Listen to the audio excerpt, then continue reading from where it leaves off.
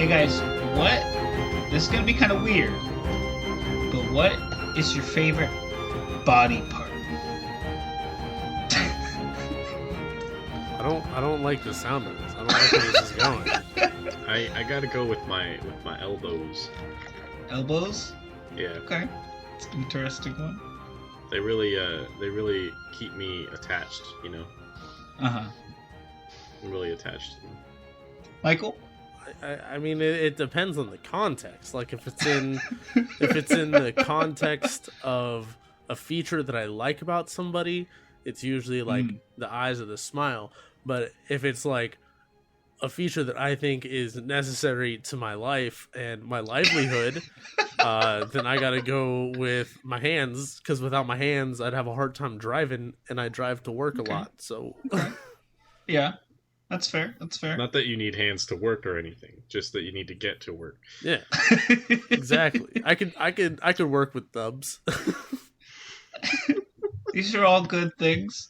I feel like driving with never mind. My favorite body part probably has to go to the mouth for reasons of it's how you eat chicken nuggets. Okay, this was not going a place that I thought it was going, and I'm happy about it. Threw me for a loop on that one. Can I change my answer? Yeah. Go ahead and change your answer, Ben. I think I like my feet. You like feet? Well, I've got an episode for you. Ew, gross. Ben's a feet guy. I'll be whatever I have to be to advance the plot. Hello and welcome to Travelers, Tips, and Tales. I'm Jake. I'm Mike. And I'm Ben. And I, here, your resident D&D player that plays in all of the games that the Travelers play in, because I never like to DM, but that's beside the point. I'm here to present to you guys an episode all about Feats. Except for that 2-episode series where you DM'd. Hey, what are you talking about? Sure. Here we are to talk about Feats. Features, if you will. They're things that you can take that are technically optional rules. Keep in mind, all you players who are like me and love them so much and probably can't live without them, but, you know, they're not, like, they don't have to be there. DMs can go, I don't really want them. I would cry, and I would cry for all those players, but it is true, it can happen. But features. They're a thing that you can take instead of adding to your ability scores on levels 4, 8, 12, 16, and 19. Unless you're some other class, like Fighter, who gets like 1,000,000 of them. Or Rogue, who also gets one at 10. Yeah, I think Fighter has 7 of them in total. Yeah, Rogue has 6, and then everyone else has 5. But, yeah, you can take feats instead of doing your ability scores, which is like my favorite thing to do. I love having features that can help me customize my characters and make them more how I want them to be versus how every other character that exists is like, because they're all that class and subclass. I like to make a little bit of diversity, you know? A little bit of customization. But today we are here to talk to you guys about some of our favorite feats. Indeed. And I guess I could go first, if you guys don't mind. I'm going to talk about a feat that I like a lot. It's called Sentinel. It is very crucial to one of my characters. His name is Spade. And it's a pretty neat feat. I'm going to read it out to you guys right now. You have mastered techniques to take advantage of every drop in an enemy's guard, gaining the following benefits. When you hit a creature with an opportunity attack, the creature's speed becomes 0 for the rest of the turn. Pretty neat. Creatures provoke opportunity attacks from you, even if they take the disengage action before leaving your reach. And also, whenever a creature within 5 feet of you makes an attack against any target other than you, and that target doesn't have this feat, you can use your reaction to make one melee attack against that attacking creature. So if the bad guy tries to whack your friend, then you get to whack the bad guy. Pretty neat. Neat indeed. And if you attack hits, can't run away. Yeah, he can't run away. And also, even if he disengages before trying to run away, it doesn't matter. Still whack him. And then he can't run away. I call this feat the anti-rogue. Good thing my rogue could always defend against it. But yeah, I just like this feat. I think it's really good. I think every party should have one person in it, exactly one person in it, that has this feat. Typically, I think it's a good feat. If more than one person has it, how big your party is, though. If you have like a party of like 9 people, well, it depends on how many of them are frontline. Even if you have just two front lines, even if you have more than 2 front lines, I still feel like only one person should have it. Because if the same 2 people are on whatever dude, attacking whatever dude, and he attacks one of those 2, then no one gets the feat. No one gets to do the thing. Yeah, but see, then if you're dealing with a swarm of people, like 30 people, like minions, then it helps to have a couple of people with it. But even then, you're still I don't know. It's just, I don't know. It all depends on, I guess, the number of frontline fighters. But even if you had a bunch of frontline fighters, I still think it'd be beneficial to only have one of them rather than 2. But that's just me. I'm just going for max efficiency, All right, everyone has Sentinel, but everyone also has an army of frontliners that surround them at all times. That way, everyone has just a bunch of minions that they can use Sentinel on. I guess. But good luck getting all of those random non-player characters. They're just hired soldiers, dude. Yeah, you can go hire soldiers. I guess. Their whole purpose is to get attacked and most likely die. Yes. That's all I'm not gonna lie. Figure out. I'm not gonna take that job. That's okay. Someone will.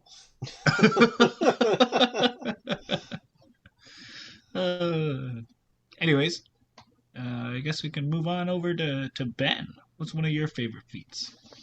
I gotta say, one of my all-time favorite feats is gotta be Elemental Adept.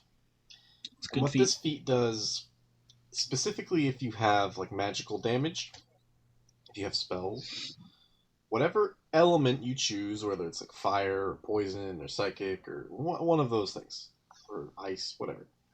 You could choose psychic. I'm pretty sure. No, psychic is not one of them. I'm not gonna lie, I'm not currently looking at. No, acid, cold, fire, lightning, or thunder. Any one of those damage types. You become especially proficient in dealing damage with it. You ignore resistance to this damage type.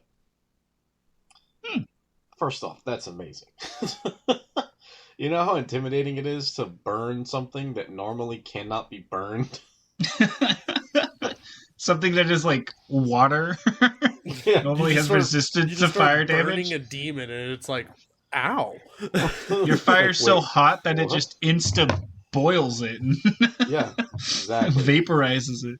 And when you cast spells that deal that type of damage, you can treat a 1 on any of the damage dice as a 2. You don't even have to re-roll them and have a chance of getting another 1. You just treat them as 2. Yeah, that's exactly what I was going to say. It's you don't even have to worry about rolling the same or lower. The best part, though, about this feat, you can take it multiple times for different elements. If you really want to be a jack of all trades Well, I'm just thinking, if you want to be a damage. storm sorcerer, you can take 1 for lightning and 1 for thunder. Yeah. You have lightning and thunder that cannot be resisted. That's true. You might can take some kill notes here. Other storm sorcerers with storm magic. Yeah. You know how broken that is? I'd be pretty upset if I was the other guy. Not gonna lie. I'd be like, man, my entire life I've devoted myself to this, and suddenly this guy just shows up, just rolls up on me. Imagine Loctang. You walk up to Loctang. You're this little tiny storm sorcerer, and you walk up to Loctang, and this guy's only got lightning damage. This is gonna be a breeze. Hits him with lightning stuff. Why did that hurt so much? It shouldn't have hurt that much.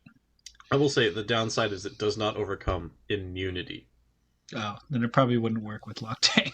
I thought it turned immunity into resistance. I don't believe it does. I'm pretty sure. Mm-mm. It says spells you cast ignore resistance to damage of the chosen type. So no. It just ignores resistance. Now, I, as a DM, would allow you, as a player, to take this feat a second time, and if you chose the same element, I would then make it turn immunity to resistance. But that's me homebrewing it. Well, and you can take the feat multiple times anyways, but you would normally have to choose a different element. Yeah. Yes, but this is me being like, how can I make this better? I think it'd be really cool if someone hit the god of all lightning with lightning and it hurt. That's fair. So, yes, I'm allowing this. Yeah. Man, but that takes up a whole nother feat. Takes up 2 feat slots. A whole nother ASI, yeah. Yep. That's kind of, But hear me out, okay? Dealing damage with lightning to a shambling mound.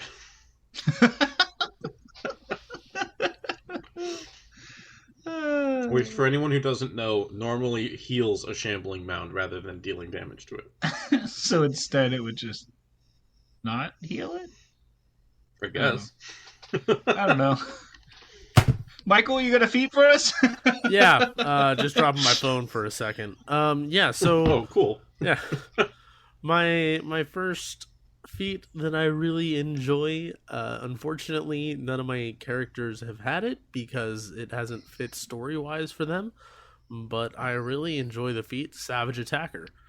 It's from the Player's Handbook, and it's very small description. Once per turn, when you roll damage for a melee weapon attack, you can re-roll the weapon's damage dice and use either total. So you can re-roll your damage dice, and if you roll lower, you could just be like, I'm good with the first roll. If you roll higher, you're like, sweet, cool, got a better damage. Yeah, I don't know why I didn't take this as Cade. It's pretty great. Then you'd have to roll so many dice. Yeah, but I'm just the kind of guy that would do that. That's like Jake's favorite thing, though. I would roll sneak attack damage. I'd see a bunch of ones. I would take a picture of it just in case the other one's worse, and then I would roll it again. I'd be like, you know what? Never mind. Let's try that again. There we go. There's some 6s. Nice. Here's the thing. I feel like every time you would re-roll no matter what, just for the excuse of rolling more dice. That's true. I would do that. So this feat is banned, but only if Jake's playing a rogue. What the heck? My next rogue is so sad. Don't get me wrong. It's not just banned for your rogue. It's banned for everyone if you're playing a rogue. Oh. Well, time to ruin everyone's fun. Damn. Jacob's like, I'm never not playing a rogue now. Anyways. So yeah, that's Savage Attacker. Well, I really do like the sound of that Savage Attacker feat, Michael. That's really good.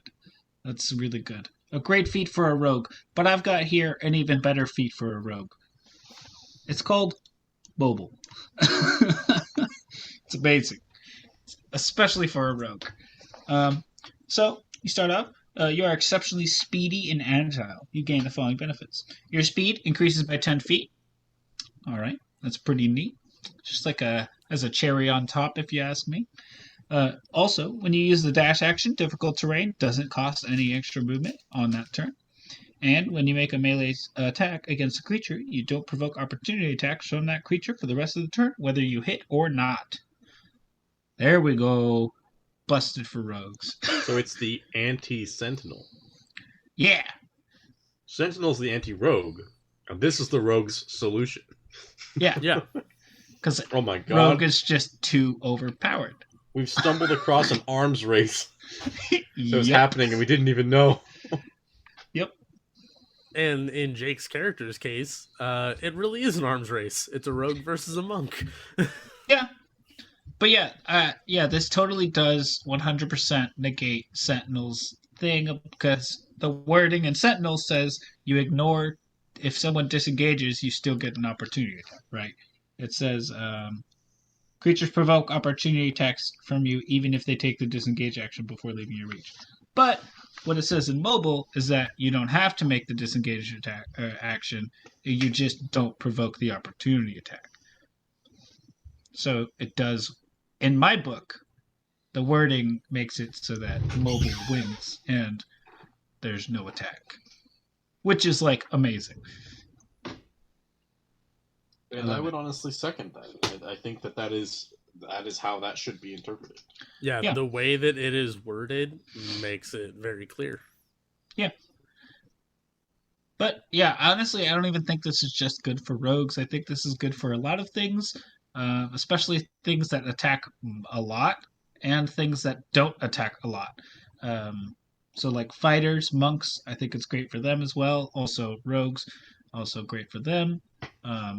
Just like, I mean, heck, even a wizard could use this, benefit from this, just because they can, one, be a little bit more dexy so that they're not such of a setback for the party in that aspect. But two, also, if they're all out of spell slots or something, and maybe they don't have any like damaging cantrips for whatever reason, they could run in, stab with their knife, and get the heck away. So they're still doing something during combat or whatnot. But yeah, I think this is great for a whole bunch of classes, not just rogues. But it is exceptionally good for rogues. You're just standing there with your sentinel feet ready, and you just hear meow. And you just find a knife in your chest. And this wizard just hightailing it out of there. But yeah, that's mobile. I really like mobile. Well, I see your mobile. Yeah. But, I gotta say, sometimes the solution to all this speed demon crap that you guys are pulling, sometimes the solution can be found in the arcane. And that is why I, along with choosing Elemental Adept, also encourage you to take Magic Initiate. Because then even if you're a class that normally doesn't get magic, I don't know, like a rogue or a fighter or a barbarian even, you suddenly have magic. You choose a class. Bard, Cleric, Druid, Sorcerer, Warlock, or Wizard, which are all the main casting classes, by the way.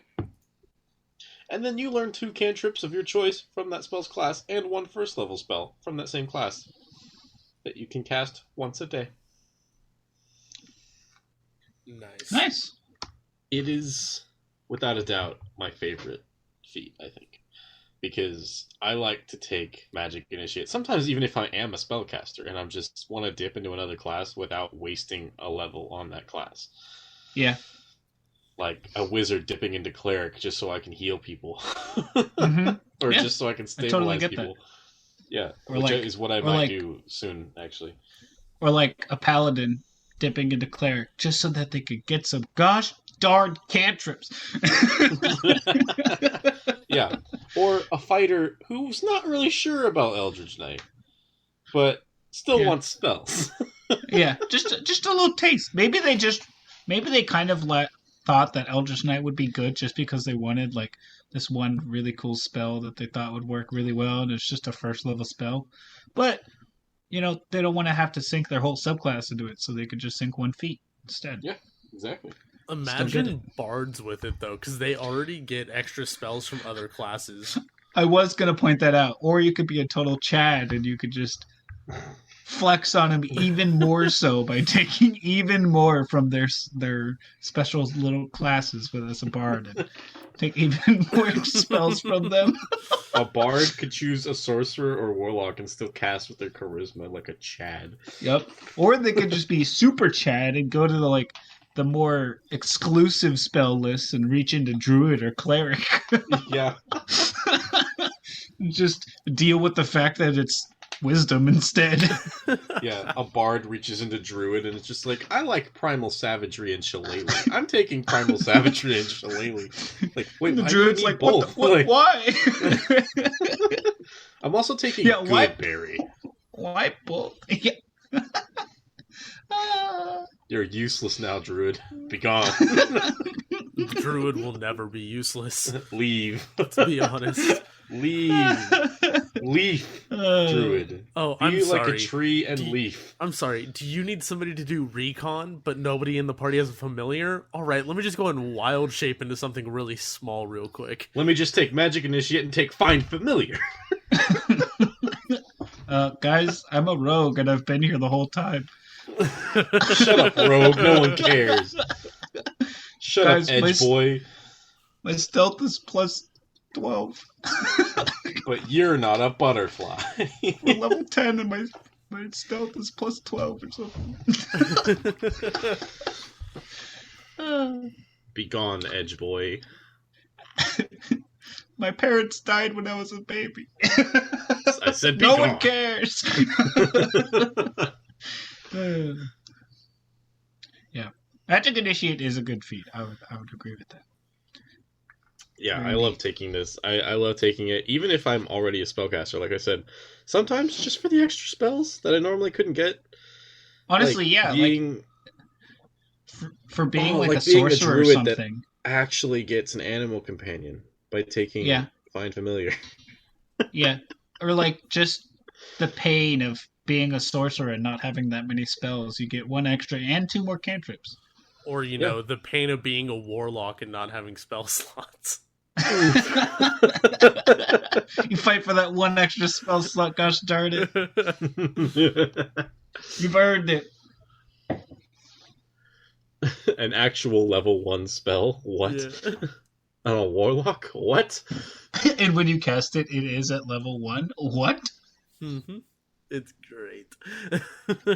All right, Ben, I see you. You wanna bring up more and more magical feats? I got you. I got you with Warcaster. All right, Warcaster is another feat from the player's handbook. In order to get it, you have to be able to cast spells. That is a requirement. Ooh, our first prerequisite. Yeah. You have practiced casting spells in the midst of combat, learning techniques that grant you the following benefits. You have advantage on Constitution saving throws that you make to maintain your concentration on a spell when you take damage.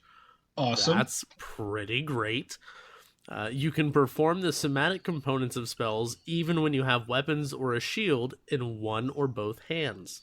Dope. Also pretty great. And when a hostile creature's movement provokes an opportunity attack from you, you can use your reaction to cast a spell at the creature rather than making an opportunity attack. The spell must have a casting time of 1 action and must target only that creature. What? Now, I'm gonna be honest. That's so good. That last one is like my favorite thing because I've used it in a one-shot before. What was the spell that I used? It was where is it? Power word stun. Some lady kept stealthing and she decided to attack me and then run away. So before she could run away, I used power word stun, and then I killed her for the next 4 rounds until she died. She was stunned for like a full I don't even remember. I would just like stun. to point something out. It's like really long. I'd just like to point something out real quick. Mm-hmm. What's up? There's another spell that can qualify for that. Something that's... I would consider it the biggest Chad move of the century. Okay. The spell Power Word Kill. Yeah, but here's the thing though. I didn't have any 9th level spell slots. Yes, I know. But just think. If you wanted to, someone runs up and attacks you, and you're just like, no, and then they just die. Plus, I'm really happy that I didn't do power word kill, because she definitely had more than 100 hit points. Imagine just this little baby rogue. Doesn't have mobile yet. Whereas rolled terrible for his hit dice, just like Cade. He runs up, tries to stab somebody, starts running away, and then they just get yeeted. Imagine Cade. So just because of how mobile pretty early, just because of how great the spell is, you can go back and listen to session 5. And that is in my list of favorite spells, and you can hear all about it, or you can look it up. But I really urge you to just go and listen to our past episodes if you have not listened already. Yeah, power word stun, yeah, pretty great. That's Warcaster. Warcaster is fantastic, and I love it. Warcaster is a great feat. I don't know a single person who casts spells who. I mean, all of them should take Warcaster. Every spellcaster should have Warcaster at some point in their adventuring career. Unless you're like a half caster, or you get your casting from your subclass or something like that. If you're a full caster, you should take Warcaster. Yeah. Exception of maybe like Bard. Like if you're a really like fighty Bard. But even then, it's like still really good just because concentrating on spells is such It was my Bard that had it. Yeah. I would argue, especially War Wizard. Yeah. If you are a War Wizard, you take it. Take it now. I mean, anything. Like, honestly, if you're a full caster, you should just take it. Like, takes one. I mean, chances are you've got one to spare, one ASI to spare. Just throw it at Warcaster. And if you don't have an whenever ASI, convenient. If you don't have an ASI to spare, then I really feel sorry for you. Not gonna lie, I've been in that boat a lot. Yeah, I would argue I might just make an ASI to spare.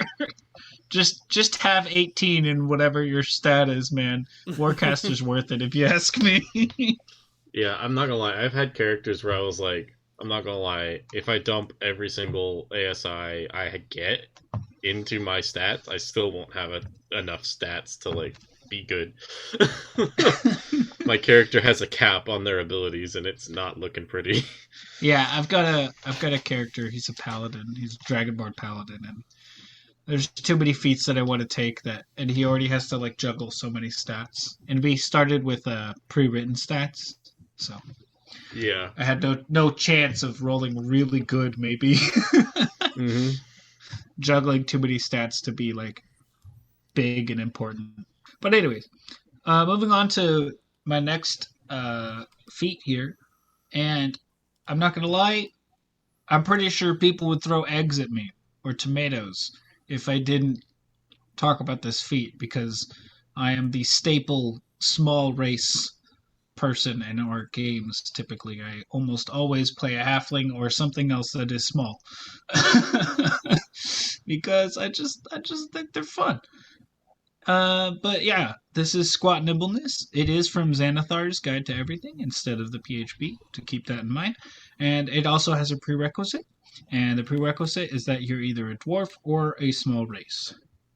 And basically what it does is you are uncommonly nimble for your race. You gain the following benefits.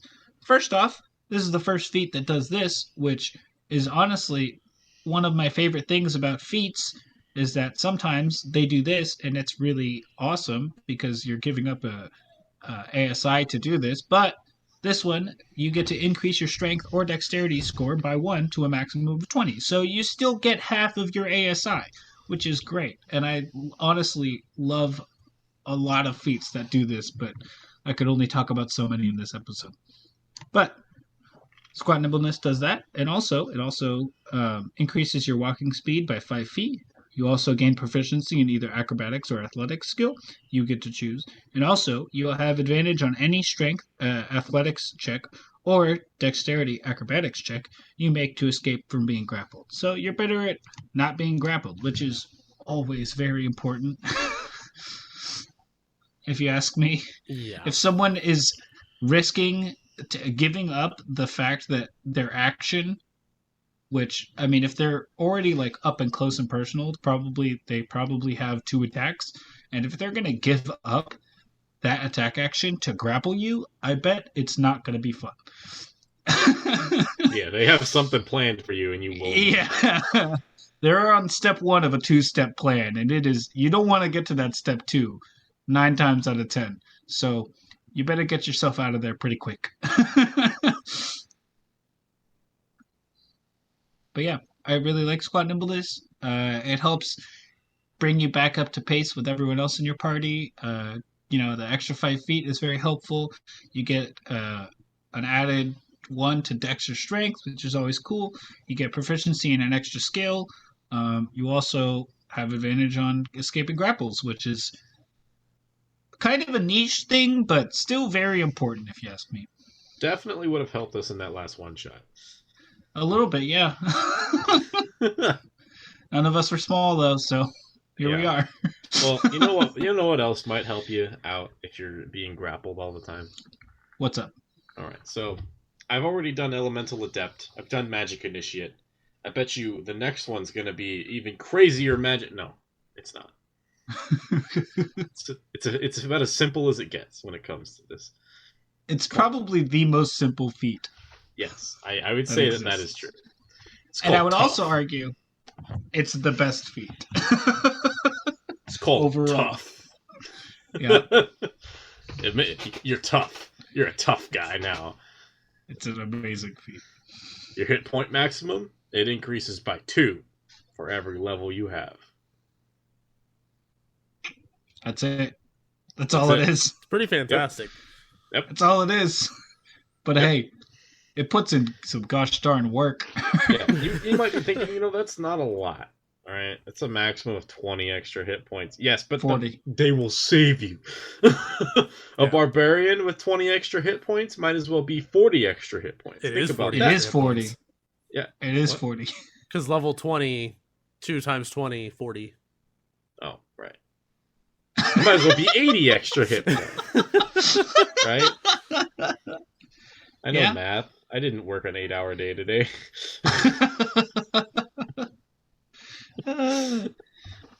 Yeah, it's honestly like 9 times out of 10, if you're thinking about adding 2 to your con for your ASI, I would argue it's probably better for you to just take tough, because you'll get twice the hit points, and the only thing you're losing out is your saves and whatnot will be 1 less, which is not that big of a deal. Yeah. For a wizard, especially, like wizard sorcerers, low hit point boys, take tough. If you have the option and your DM is cruel, take tough.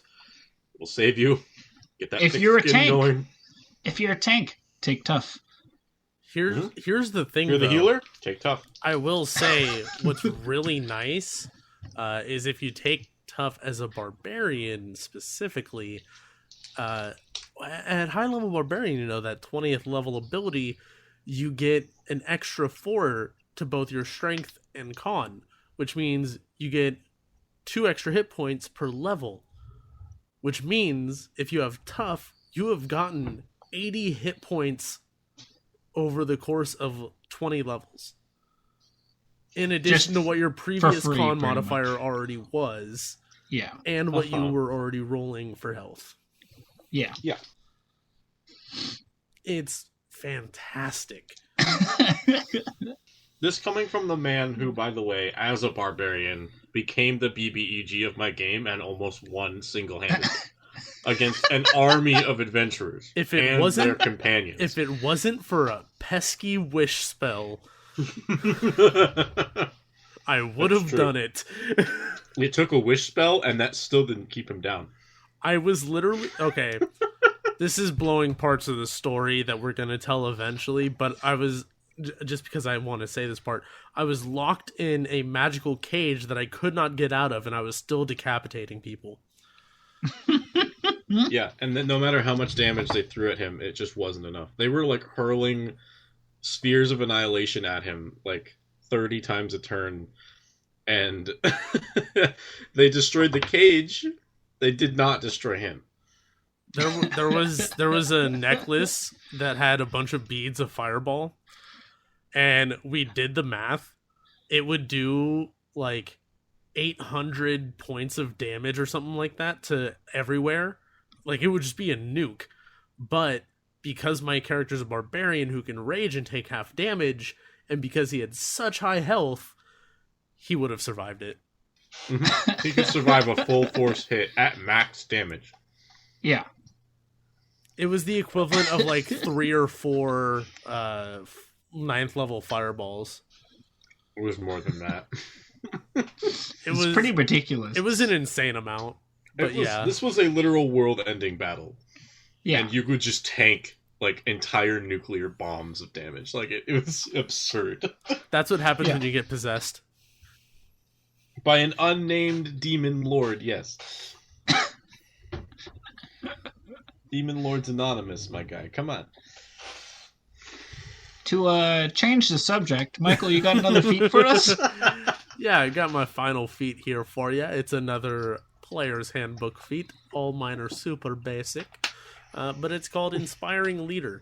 I've never taken this feat, but I really like it. You can spend 10 minutes inspiring your companions, shoring up their resolve to fight.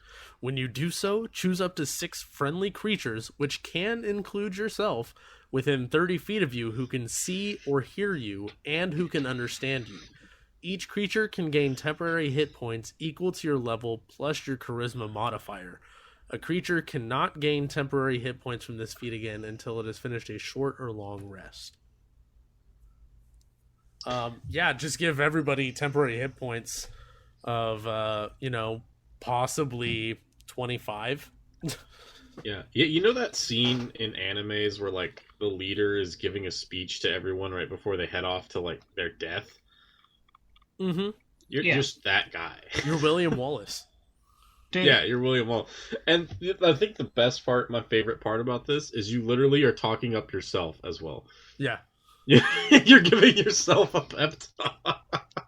Dude, you just took a feat to become Jeff Winger. Yeah, you really did. You just became Jeff Winger. And if you don't understand that reference, you need to. Google it.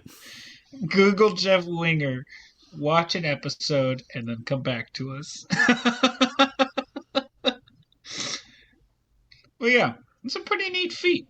But I do think that I would get in big trouble with all of my friends if I didn't talk about a very specific game-breaking feat that one of my characters was somehow allowed to take. Thank you very much, Ben. Yeah, we're talking about backstab. We've referenced it a lot. Yes, which me rereading it today, because I only read it like the first time because it's from a book. It's not anywhere else but a book that I don't own, to be fair. It's from the Feat book, 5th edition Feats is what it's called, I believe. And I'll read it word for word for you guys. Backstab. Foes unaware of your presence are downed with ease. Prerequisites. You have to have the stealth proficiency. Easy enough. And you also have to have the sneak attack class ability. Makes the stealth proficiency part even easier. So, bullet point 1. When you attack a foe that is unaware of your presence, you gain +1 to your critical threat range. AKA, if homie doesn't know that you exist yet, you get a cheater crit on 19 and 20. Which is pretty great. Mm-hmm. You just doubled your chances to crit. Very good. Secondary bullet point. You also add an amount of damage equal to your sneak attack dice when you deal a critical hit. Now, I'm not exactly sure how everyone else interprets that, but the way that I interpret that is when I get a critical hit, I get 3 times sneak attack instead of 2 times sneak attack. Indeed. That is how I'm hearing it. Yeah, that is also how I interpret that. You know how much D6 that is? I'll tell you how much. 30. It's 33! Well, 33 because I used a short bow. But it's 30 on top of your weapon damage, which already gets doubled. That's a good point. 32, technically, with my short bow. But your weapon damage gets doubled, and then your 10d6 that you get at level 20 doubles into a 30 or 20, and then you get the extra 10 on top of that to get 30. Oh my goodness. Yeah, It is, without a doubt, one of the most broken things I've ever allowed in a game. And I have homebrewed some whack stuff. It is the thing that if there's one thing that would allow me to say that the party that Cade was a part of, if that he could just claim ownership of the entire tale, the whole tale should be told from Cade's perspective because he is the only important thing in that that story. It would be because of this feat. It's so absolutely busted. And I'm pretty sure I took it at like 4th level. It was either 4th or 8th. It was really early.